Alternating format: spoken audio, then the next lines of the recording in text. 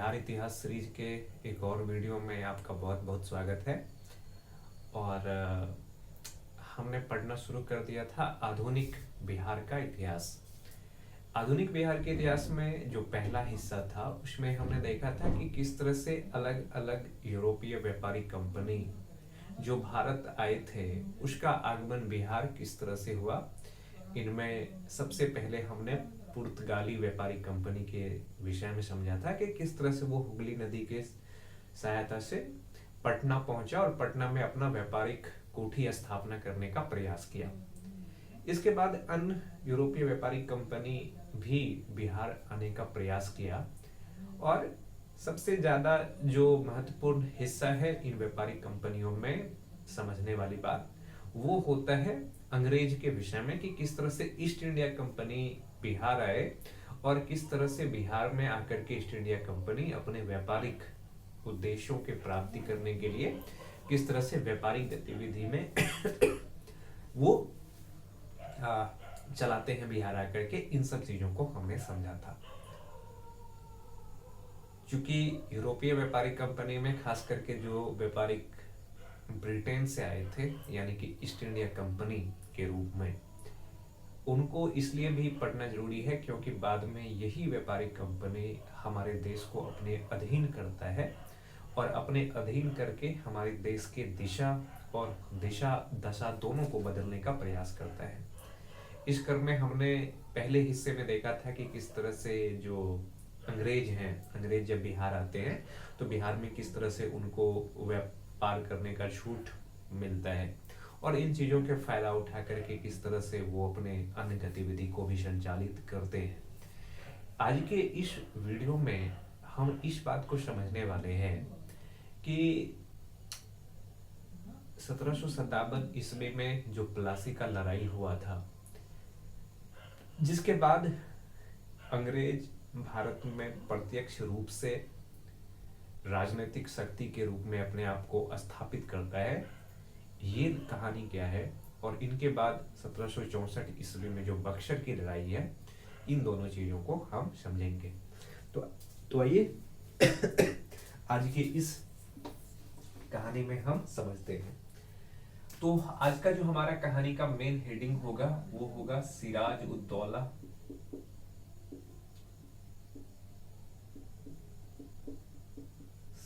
उद दौला एवं east India company. अगर आपको याद हो तो 1756 ईस्वी में एक बहुत बड़ी घटना होती है। अब देखिए, बड़ी घटना इसलिए कहना जरूरी है क्योंकि बंगाल के शासक इस समय थे अलवर्दी खां, और अलवर्दी खां अपने आप में एक योग्य शासक थे जो बंगाल के प्रशासन को बहुत अच्छे तरीके से चला रहे थे। और उन्होंने कोशिश किया कि किस तरह से अंग्रेज को बंगाल की प्रशासनिक जो प्रक्रिया है इससे दूर रखा जाए, किस तरह से अंग्रेज पर नियंत्रण स्थापित किया जाए। पर अलवर्दी खां के मृत्यु के बाद जो नए शासक बने सिराज उद दौला के अंदर वो क्वालिटी नहीं था, उस तरह का गुण नहीं था कि वो अपने आप को एक मजबूत शासक के रूप में बंगाल को संभाल सके और बंगाल को अंग्रेज के प्रभाव से मुक्त कर सके। अब देखिए, होता क्या है घटना। जो सिराज उद दौला के साथ अंग्रेज का जो प्रथम संघर्ष है, अगर प्रथम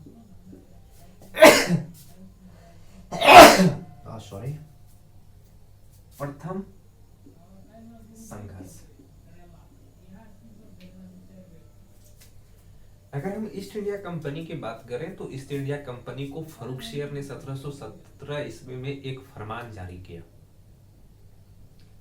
और इस फरमान के तहत फर्रुखसियर ने ईस्ट इंडिया कंपनी को बंगाल में व्यापार करने का छूट प्रदान किया।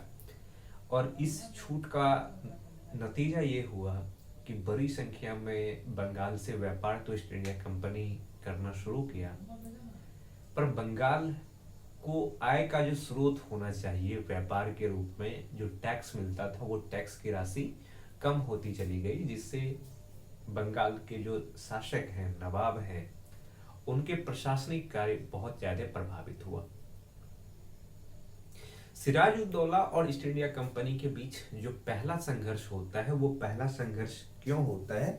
वो पहला संघर्ष होता है कासिम बाजार। कासिम बाजार नाम की जगह पे होता है।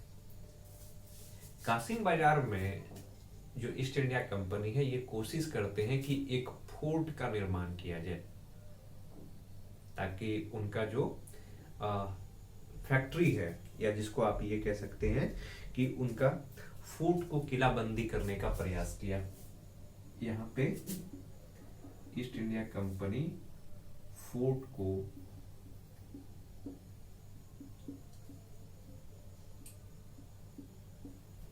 किलाबंदी करने का प्रयास, अपने फोर्ट का किलाबंदी करने का प्रयास करता है। कौन? East India company. अब देखिए, ईस्ट इंडिया कंपनी फोर्ट को किलाबंदी कर रहा है और बंगाल के नवाब है सिराज उद दौला। तो किसी भी राजा के प्रांत में फोर्ट बनाना, वो भी उस राजा के बिना अनुमति की, कहीं न कहीं उनके संप्रभुता का उल्लंघन है, उनके संप्रभुता को चुनौती देने के समान है। क्योंकि फोर्ट बनाने का मतलब क्या हो गया कि हम अपने हिस्से को, यानी कि जिस हिस्से में वो फोर्ट बना रहा है, उस हिस्से को बाकी हिस्से से हम सुरक्षित करने का प्रयास कर रहे हैं, ताकि बाहरी आक्रमण उस हिस्से में ना हो सके। तो ये एक राजा को कभी भी पसंद नहीं आएगा। और इस बात को लेकर के सिराज उद दौला क्या करते हैं कि 4 जून 1756 को 4 जून 1756 को आक्रमण करते हैं और उस फोर्ट जो बना रहे थे, उन चीजों को, वहां पे बहुत सारे ब्रिटिश अधिकारी थे, उन सबको वहां से भगा देते हैं, कुछ को गिरफ्तार भी किया जाता है। सिराज उद दौला और जो ईस्ट इंडिया कंपनी के बीच दूसरा संघर्ष होता है, उसको कहते हैं ब्लैक हॉल की घटना।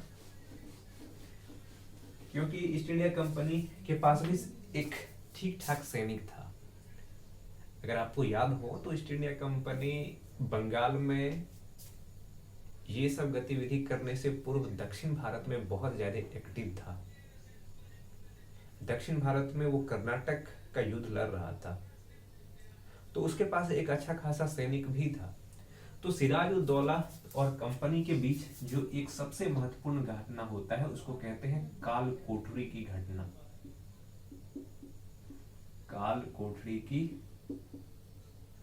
घटना या black hole tragedy. Black hole tragedy, black hole tragedy की घटना। और ये काल कोठरी की घटना कब होता है? 20 जून 1756 को ये घटना हुआ। 20 जून 1756 को। इस घटना में क्या हुआ कि एक तरफ ईस्ट इंडिया कंपनी के सैनिक और दूसरे तरफ सिराज उद दौला, इन्होंने क्या किया कि जिस जगह पे ईस्ट इंडिया कंपनी के सैनिक फोर्ट बना रहे थे, वहां पर आक्रमण किया। और आक्रमण करने के बाद लगभग 146 सैनिक को, लगभग 146 सैनिक, जो सभी के सभी लगभग अंग्रेज थे, इन अंग्रेजों को क्या किया कि 18 फीट लंबा और 8 फीट चौड़े, सॉरी 14 फीट चौड़े, 14 फीट चौड़े कमरे में बंद कर दिया। और बंद करने के वजह से जब अगले सुबह उस कमरे को खोला गया, तो पाया गया कि लगभग 123 आदमी की मृत्यु हो चुका है और 23 आदमी जिंदा है। और इसी घटना को कहा जाता है काल कोठरी की घटना, ब्लैक हॉल ट्रेजेडी। और इस घटना के बारे में बाद में एक अंग्रेज बताया, जिसका नाम था हॉलवेल। हॉलवेल हालांकि कुछ इतिहासकार इस घटना को हॉलवेल के द्वारा एक मनगढ़ंत कहानी के रूप में प्रस्तुत करता है, क्योंकि हॉलवेल बाद के वर्षों में ईस्ट इंडिया कंपनी के गवर्नर बनते हैं रॉबर्ट क्लाइव के बाद। तो इसलिए माना ये भी जाता है कि हॉलवेल ये चाहते थे कि बाद के वर्षों में उसको किस तरह से राजनीतिक लाभ पहुंचे, इस लाभ के उद्देश्य से उन्होंने इस घटना को प्रचारित किया या प्रसारित किया। पर इस घटना के बाद क्या होता है कि दक्षिण भारत में अंग्रेज के जो उस समय के गवर्नर थे रॉबर्ट क्लाइव, और ये दक्षिण भारत में लड़ाई लड़ रहे थे, और जब ये घटना हुआ तो उसके बाद वो बंगाल की तरफ कूच किए, और बंगाल की तरफ आने के बाद कुछ और सैनिकों को तैयार किया, और सैनिकों से मिलकर के उन्होंने जिस जिस हिस्से पर सिराजुद्दौला ने नियंत्रण कर रखा था उस हिस्से को पुनः अपने अधिकार में लिया। पर यहाँ पर क्लाइव को एक और बात समझ में आया कि जितना कोशिश वो दक्षिण भारत में अपने आप को मजबूत करने के लिए कर रहा है, फ्रांसीसियों के साथ उनका लगातार संघर्ष चल रहा था। हालांकि फ्रांसीसी और अंग्रेज अभी तक आमने सामने नहीं हो रहे थे, पर कहीं न कहीं एक दूसरे के विरुद्ध दूसरे शासक को खड़ा कर रहे थे और उनको सहयोग दे रहे थे। तो क्लाइव को एक बात समझ में आ गया कि अगर हम दक्षिण भारत के बजाय हम बंगाल के हिस्से पर अपना ध्यान केंद्रित करेंगे तो इस हिस्से को आसानी से हम अपने अधीन कर लेंगे। और इसके बाद हुआ ये कि जब क्लाइव आए, क्लाइव ने कुछ सैनिकों को साथ किया और फिर से जिन जिन हिस्से पर सिराजुद्दौला ने नियंत्रण किया था उन हिस्से को अपने अधीन किया, और सिराजुद्दौला के साथ एक संधि किया जिसको कहते हैं अलीनगर संधि।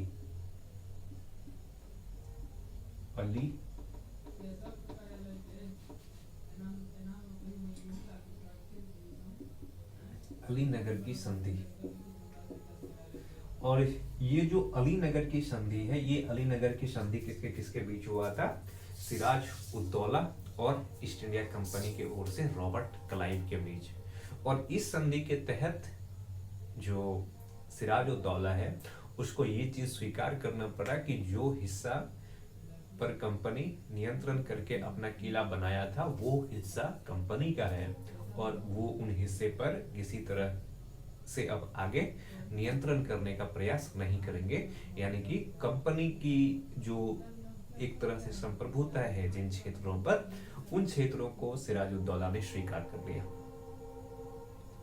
अब इस घटना के बाद एक साल बाद, देखिए ये लगभग जून 1756 की घटना है, और ठीक एक साल बाद यानी कि जून 1757 में एक ऐसा युद्ध हुआ जिसके बाद आप कह सकते हैं कि भारत के इतिहास में एक नया चैप्टर शुरू हो रहा था, भारत के इतिहास में एक नया अध्याय हो रहा था, जिसके बाद लगभग 200 वर्षों तक भारत के इतिहास इसी क्रम में या इसी परिवेश में घूमता रहा, जिसको कहते हैं प्लासी की लड़ाई, जो लड़ा गया था 1757 ईस्वी में।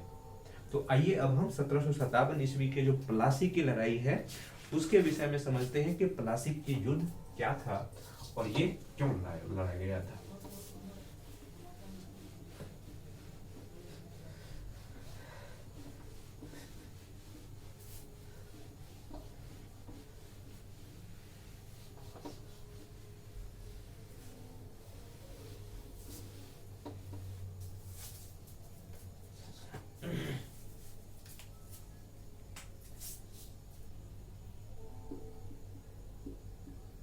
प्लासी की लड़ाई। प्लासी की लड़ाई, देखिए जो प्लासी की लड़ाई है ये लड़ा गया था 23 जून 1757 ईस्वी में। 23 जून 1757 ईस्वी में। देखिए क्लाइव अपने आप में एक बड़ा नाम बन जाता है अंग्रेज अधिकारी के रूप में, क्योंकि क्लाइव जून 1756 से लेकर के जून 1757 तक एक साल उस व्यक्ति ने इस चीज की तैयारी किया कि आखिर सिराज उद दौला को हराया कैसे जाएगा। और वो इस बात को समझता था कि सिराज उद दौला के पास एक बड़ी सैनिक था, क्योंकि अंग्रेज सैनिकों की संख्या बहुत ज्यादा नहीं थी। हालांकि अंग्रेजों के पास बेहतर हथियार था, उसके सैनिक के पास प्रशिक्षण बहुत अच्छे थे, और अंग्रेज सैनिक डिसिप्लिन भी था। उसके अंदर अपने संगठन को लेकर के, अपने कंपनी को लेकर के एक अलग ही उत्साह की भावना था। पर वो एक बात समझते थे कि उसके सैनिक की संख्या कम है, और वो सीधे तौर पर सिराजुद्दौला से उलझना नहीं चाहते थे। इसलिए उन्होंने एक साल तक बस इस चीज को कैलकुलेट किया कि किस तरह से हम सिराजुद्दौला को हराएंगे। और प्लासी का युद्ध होता है 23 जून 1757 को।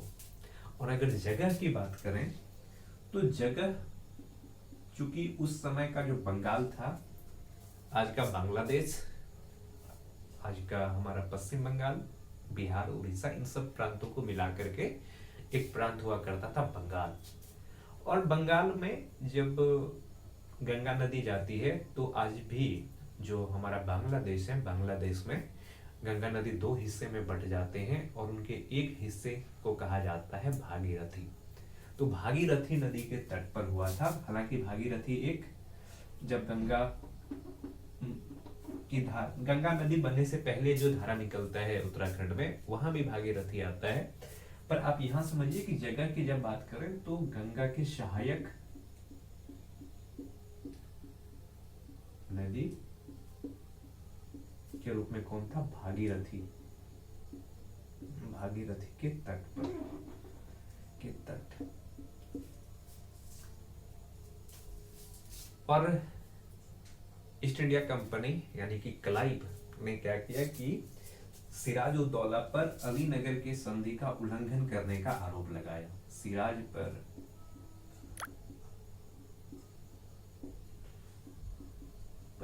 अलीनगर के संधि को उल्लंघन करने का आरोप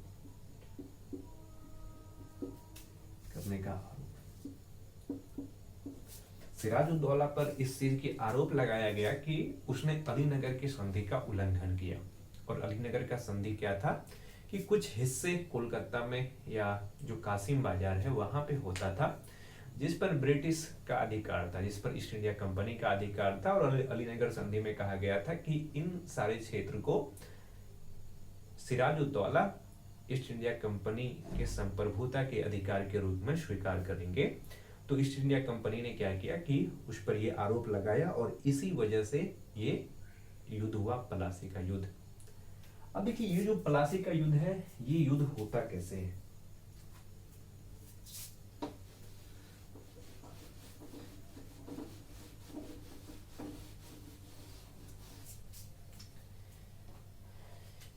एक तरफ सिराज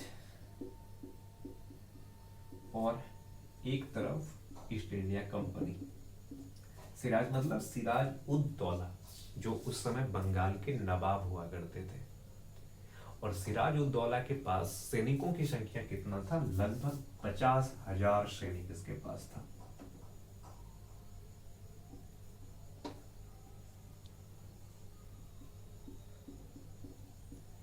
इसके पास कितना सैनिक था? 50,000 सैनिक। और इसके पास कितना सैनिक था? 1500 सैनिक। ईस्ट इंडिया कंपनी के पास 1500 सैनिक था। लेकिन क्लाइव जीनियस था, और नेतृत्व कौन कर रहे थे? Robert Clive. नेतृत्व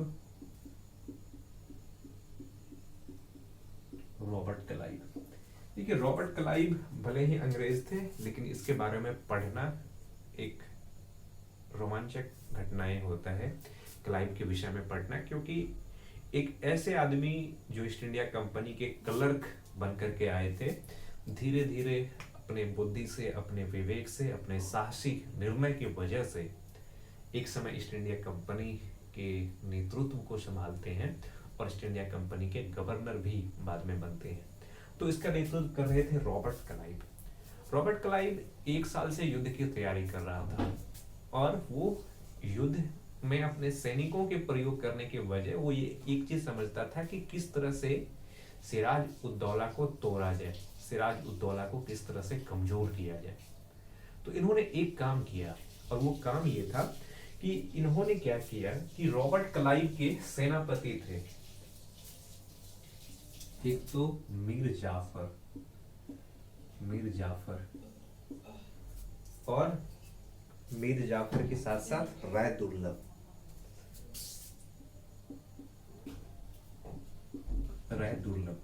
ये दोनों व्यक्ति सिराज उद दौला के बहुत करीबी थे। जो मीर जाफर हैं ये उनके सेनापति थे सिराज उद दौला के, और राय दुर्लभ दीवान थे जिनके पास खजाने की, पैसे की सारे लेखा जोखा हुआ करता था। और रॉबर्ट क्लाइव 1 साल से बस यही कोशिश किया कि किस तरह से सिराज उद दौला के साथ जो प्रमुख व्यक्ति है उनको तोड़ करके अपने हिस्से में शामिल किया जाए, और ये काम करने में ये सफल हो जाता है। जरा सोचिए कि एक युद्ध हो रहा है और उस युद्ध में सेनापति ही गद्दार बन गया है, सेनापति ही बिक गया है, क्या वो युद्ध होगा? और वास्तविक रूप से तो ये युद्ध लड़ा ही नहीं गया था, और सिराज उद दौला को इन्होंने ये आश्वासन दिया कि हम युद्ध में जाते हैं, आप निश्चिंत रहिए, हम आपको जिताएंगे। पर कहानी उलट हो गया, क्योंकि जो मीर जाफर हैं ये पहले से ही कंपनी से मिले हुए थे, ईस्ट इंडिया कंपनी से मिले हुए थे। तो ईस्ट इंडिया कंपनी के लिए ये युद्ध आसानी से जीत हो गया इस युद्ध में, और क्लाइव हीरो बन गया। क्लाइव बाद में बंगाल का गवर्नर बन गया। इसके बाद जो सिराज उद दौला होते हैं इनका हत्या कर दिया जाता है मीर जाफर के बेटे अली मर्दान के द्वारा। तो ये कहानी होता है पलासी की युद्ध का, क्योंकि पलासी के युद्ध में ईस्ट इंडिया कंपनी वास्तविक रूप से नहीं लड़ते हैं, बल्कि रॉबर्ट क्लाइव का जो दिमाग है वो दिमाग चलता है बहुत ज्यादा, और वो कोशिश करते हैं कि किस तरह से सिराज उद दौला को तोड़ करके उनके जो महत्वपूर्ण अधिकारी हैं उनको अपने पक्ष में किया जाए, और किस तरह से सिराज उद दौला एक धोखे की खेल में फंसते हैं और अंततः सिराज उद दौला मारे जाते हैं। तो अगर मीर जाफर कंपनी का साथ दे रहा होगा तो इसके पीछे भी कुछ न कुछ कहानी होगा, क्योंकि इतिहास में कोई भी व्यक्ति किसी का दोस्त नहीं होता है, और उसमें भी सत्ता की लड़ाई में कोई किसी का वैसे मदद नहीं करता है। तो आगे क्या हुआ हम उस चीज को आप समझते हैं। तो मीर जाफर जब ईस्ट इंडिया कंपनी के सहयोगी थे, जब ईस्ट इंडिया कंपनी का साथ दे रहे थे, तो उन्होंने कंपनी से ये करार किया था कि अगर इस युद्ध में हम आपको जिताते हैं तो बंगाल का नवाब मुझे बनाया जाए। तो सिराज उद दौला की तो मृत्यु हो जाता है, नए नवाब के रूप में आते हैं कौन? मीर जाफर।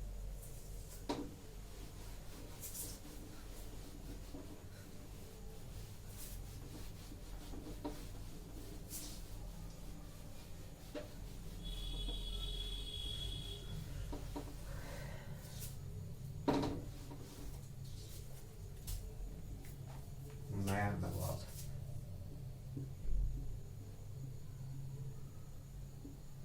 नवाब, नया नवाब कौन बनते हैं? नया नवाब बनते हैं मीर जाफर।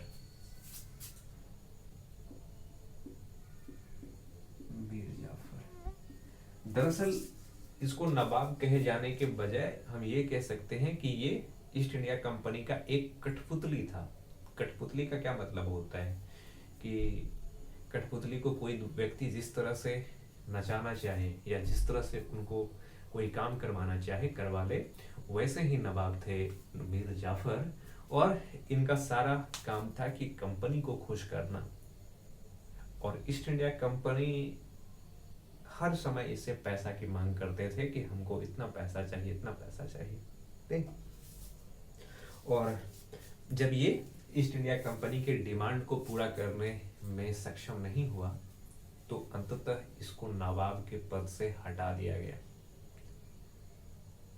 देखिए, ईस्ट इंडिया कंपनी हमेशा ये चाहता था कि कितना पैसा लिया जाए, कितना पैसा कमाया जाए भारत से, भारत के लोगों से, और इन पैसे को वो व्यापार में इन्वेस्ट करना चाहता था।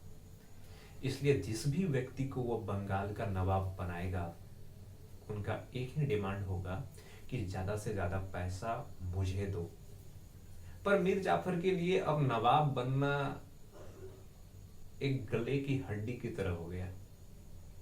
नहीं, कहने के लिए तो नवाब है, पर उनके पास कोई शक्ति ही नहीं था। काफी पैसे की मांग किया जाता था ईस्ट इंडिया कंपनी के द्वारा। पर इसी समय एक नया व्यक्ति सामने आता है, वो थे मीर कासिम। और मीर कासिम मीर जाफर के दामाद थे। इन्होंने कंपनी को ऑफर दिया कि बंगाल का नवाब आप मुझे बना दीजिए, आपके जितनी भी आर्थिक मांग है, आपको जितना भी पैसा का मांग है, हम पूरा करेंगे। नहीं? तो एक नया नवाब आता है मीर जाफर के बाद, जिसका नाम होता है मीर कासिम। मीर जाफर के बाद एक नया नवाब आया, मीर कासिम। एक नया नवाब आया मीर कासिम। और ये घटना कब का है? 1760 ईस्वी का ये बात है कि बंगाल में एक नया नवाब बनाया जाता है मीर कासिम को। पर मीर कासिम को भी ये चीज अनुभव हो गया कि यार बंगाल को चलाना उतना आसान है नहीं, क्योंकि हर समय कंपनी इनसे पैसे की डिमांड करते थे। और इसके वजह से मीर कासिम भी क्या हो चुके थे? तंग आ चुके थे। एक तो ईस्ट इंडिया कंपनी को पहले से ही व्यापारिक छूट प्रदान किया गया था, वो फर्रुखसियर के समय में। तब से जो ईस्ट इंडिया कंपनी है बंगाल के क्षेत्र में मुक्त व्यापार करते थे, किसी तरह की उसको टैक्स देना होता नहीं था। एक तो टैक्स की राशि नहीं देना होता था, दूसरी तरफ समय समय पर जो नवाब थे, उन नवाब से एक निश्चित धन की राशि की मांग उसके द्वारा किया जाता था।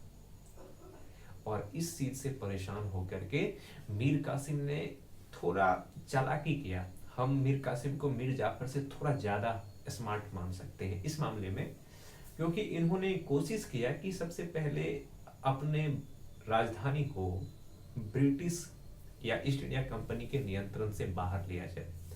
शुरू में इसका राजधानी हुआ करता था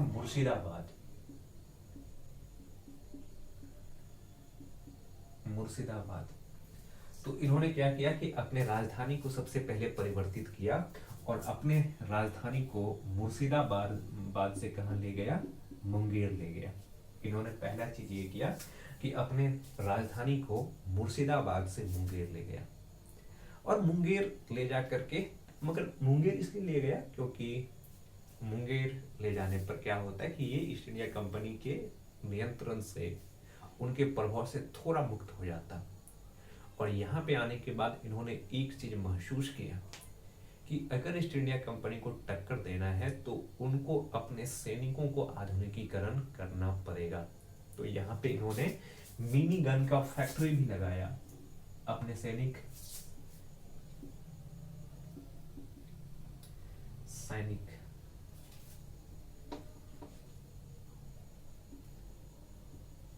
सैन्य आधुनिकीकरण करने का प्रयास, या उन्होंने अपना सैन्य आधुनिकीकरण करने का प्रयास किया। इस प्रयास में उन्होंने सबसे पहले एक फैक्ट्री लगाया ताकि वहां पे क्या कर सके कि गन लगाया जाए। गन मतलब बंदूक बनाने की फैक्ट्री लगाया जाए। और इसके साथ साथ उन्होंने इस चीज का भी कोशिश किया कि सैनिकों को किस तरह से प्रशिक्षण दिया जाए। और इस प्रशिक्षण देने के लिए उन्होंने एक अर्मेनियाई व्यक्ति को नियुक्त भी किया। पर ये सारा खेल समझ रहा था कौन? ईस्ट इंडिया कंपनी, क्योंकि इतने बड़े कंपनी जो भारत व्यापार करने के लिए आए थे और भारत को अपने नियंत्रण में किए थे, वो मीर कासिम की इस बात को भी समझ रहे थे, इस चाल को भी समझ रहे थे कि कहीं न कहीं उनके पीठ पीछे एक तैयारी चल रहा है। तो उन्होंने कासिम को चेतावनी दिया। इसके बाद देखिए मीर कासिम एक और काम क्या करता है कि अब तक चूंकि ईस्ट इंडिया कंपनी को बंगाल में व्यापार करने का छूट प्रदान किया जा चुका था, पूरी तरह से छूट था। और इस छूट की वजह से ईस्ट इंडिया कंपनी का बंगाल के व्यापार पर एक तरफा नियंत्रण था। हर चीज उनको सस्ते में खरीदना होता था। व्यापारी को या स्थानीय जो उत्पादक थे उन सबको वो नियंत्रण में करके रखे हुए थे।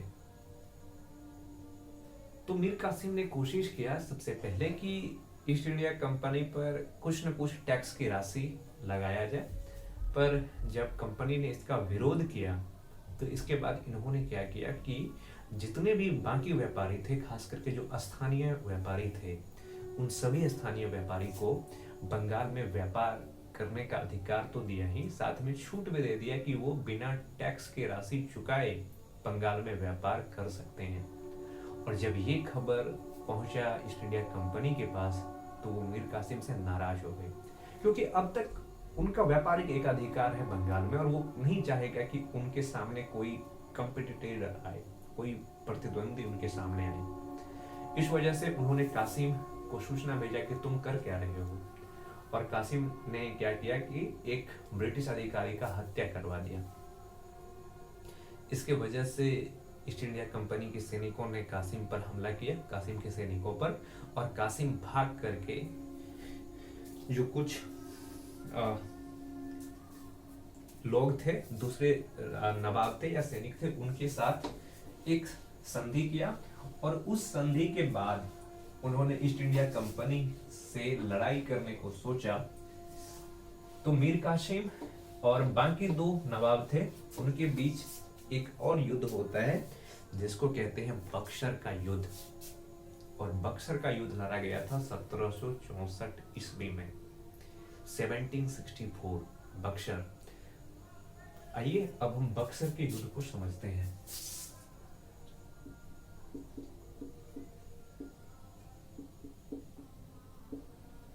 बक्सर का युद्ध,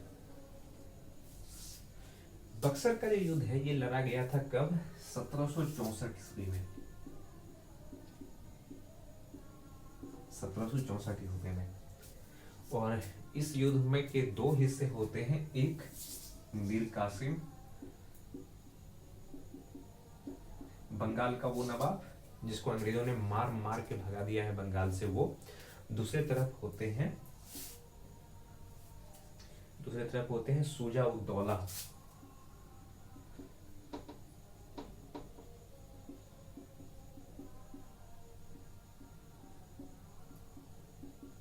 शुजा उद दौला, ये शुजा उद दौला कौन थे? ये नवाब थे कहाँ का? अवध का, अवध का नवाब। और इसमें इस गैंग में एक और नवाब शामिल होते हैं, या मुगल बादशाह कह लीजिए, जिसका नाम था शाह आलम द्वितीय।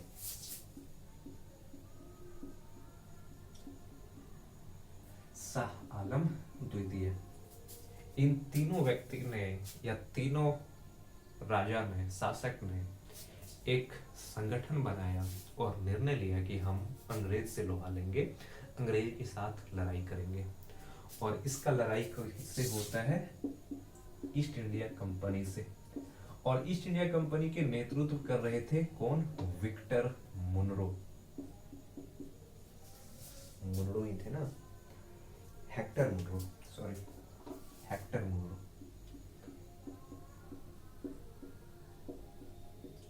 Hector Munro East India Company के नेतृत्व कर रहे थे। 1757 ईस्वी की लड़ाई भले ही धोखे की लड़ाई है और धोखे से जीता हुआ युद्ध था, पर 1764 ईस्वी की लड़ाई धोखे का लड़ाई नहीं था, बल्कि ईस्ट इंडिया कंपनी की सैन्य वर्चस्व की लड़ाई था। और ईस्ट इंडिया कंपनी के सैनिकों ने इन तीनों संयुक्त नवाब के सैनिकों को दौड़ा दौड़ा करके मारा। शुजा को चूजा बना दिया गया। नहीं, शाह शुजा कितना अच्छा अवध का नवाब बन रहा था, मीर कासिम के मदद करने आए, मीर कासिम की मदद तो कर नहीं सका, उसको खुद इस युद्ध में हार का सामना करना पड़ा। जो मुगल बादशाह थे शाह आलम द्वितीय, उनको भी इस युद्ध में हार का सामना करना पड़ा।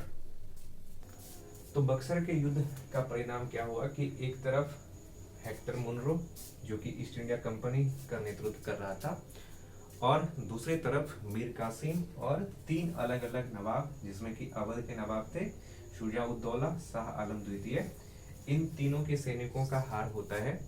और इस हार के बाद मीर कासिम का तो जो बंगाल के नवाब थे वो उनकी शक्ति तो समाप्त होता ही है, साथ में ये जो दोनों नवाब थे जिसमें कि कौन कौन थे, शुजा उद दौला और शाह आलम द्वितीय, इनके साथ ईस्ट इंडिया कंपनी दो अलग अलग संधि करते हैं जिसको कहा जाता है इलाहाबाद की संधि। और इस इलाहाबाद की संधि की वजह से ईस्ट इंडिया कंपनी को दीवानी अधिकार यानी कि जो टैक्स वसूलने का अधिकार है वो ना केवल बंगाल तक रहता है बल्कि बंगाल से बाहर भी निकल जाता है। तो आइए हम समझते हैं इलाहाबाद की संधि। इलाहाबाद की संधि क्या था?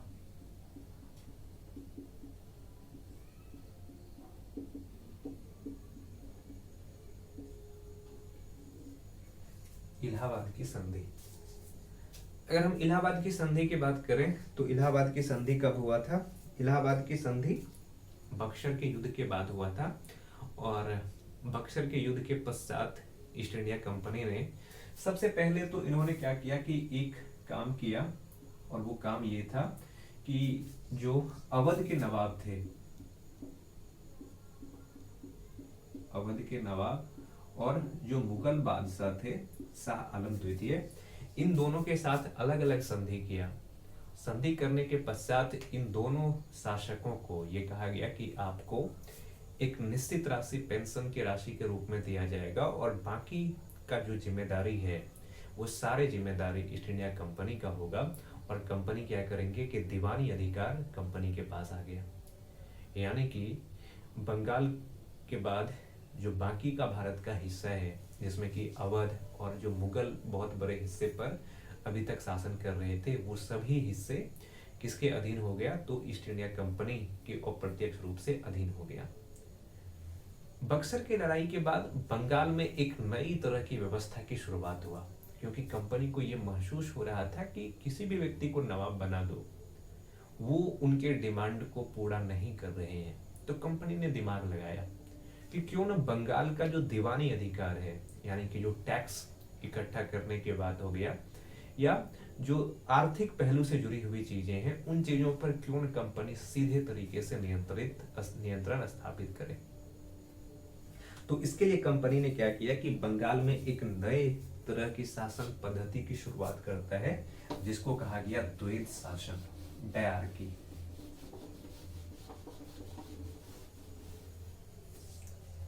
द्वैध शासन,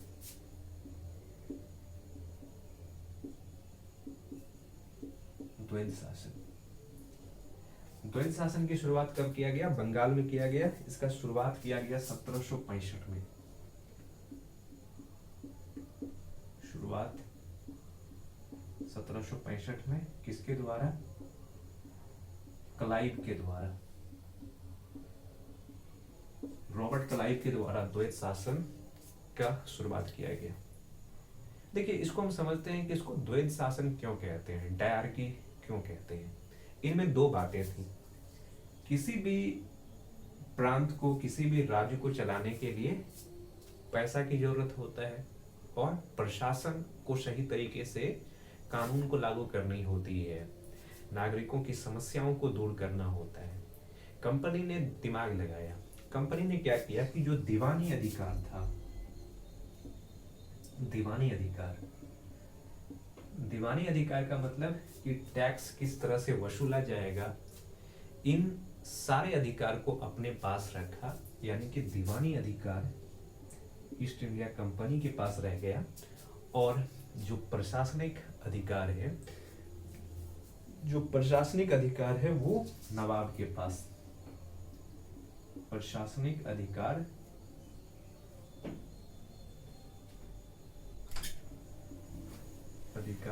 नवाब के पास। नहीं, तो कंपनी ने क्या किया कि जो दीवानी अधिकार है, दीवानी मतलब कि कितना टैक्स किससे वसूलना है, व्यापार को किस तरह से नियंत्रित करना है, ये सारे अधिकार अपने पास रखा। और जो प्रशासनिक अधिकार है, यानी कि प्रांत में किस तरह से प्रशासन चलाना है, ये सारे अधिकार किसको दे दिया? नवाब को दे दिया। और नवाब को एक निश्चित राशि निर्धारित किया गया कि हर साल नवाब को एक निश्चित राशि कंपनी की तरफ से दिया जाता था और इस राशि के प्रयोग करके उसको बंगाल का प्रशासन चलाना होता है।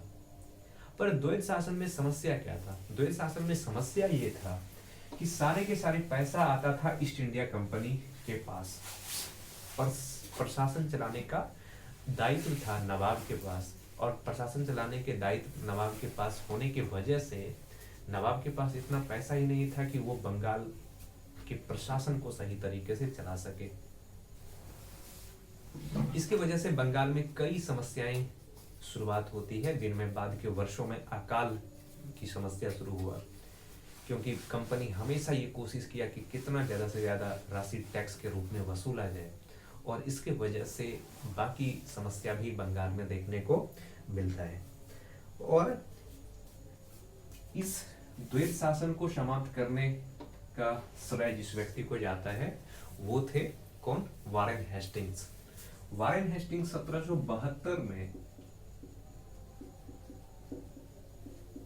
वारेन हेस्टिंग्स ने क्या किया कि द्वैत शासन को खत्म किया, यानी कि द्वैत शासन को समाप्त कर दिया, क्योंकि वो समझते थे कि प्रशासनिक जिम्मेदारी अगर नवाब को दिया जाएगा तो जब तक नवाब के पास पर्याप्त राशि नहीं होगा, पैसा नहीं होगा, वो प्रशासन सही तरीके से नहीं चला सकते हैं।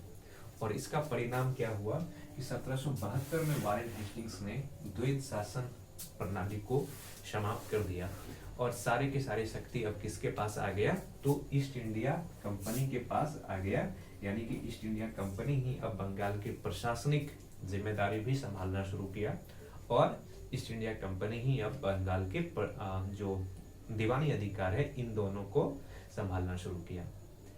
तो इस वीडियो में इतना ही, क्योंकि हम बिहार को ही समझ रहे हैं, तो बिहार इस तरह से किसके नियंत्रण में आ गया है? ईस्ट इंडिया कंपनी के नियंत्रण में आ गया है। और इसके बाद ईस्ट इंडिया कंपनी के नियंत्रण में आने की वजह से यहाँ पे कई ऐसे नियम लागू हुए जिसके वजह से किसानों को बहुत ज़्यादा समस्या का सामना करना पड़ा, और खास करके जो जनजाति समाज के लोग थे, जनजाति समाज पर भी टैक्स लगाने का कोशिश किया ईस्ट इंडिया कंपनी के अधिकारियों ने, और इसका परिणाम ये हुआ कि समय समय पर किसानों के द्वारा या जनजाति लोगों के द्वारा ईस्ट इंडिया कंपनी के विरुद्ध एक आंदोलन किया गया। तो किस तरह से जनजाति लोग और किसानों के द्वारा ईस्ट इंडिया कंपनी के विरुद्ध आंदोलन हुआ, इन सब चीज़ों को आगे समझेंगे। इस वीडियो में इतना ही, धन्यवाद।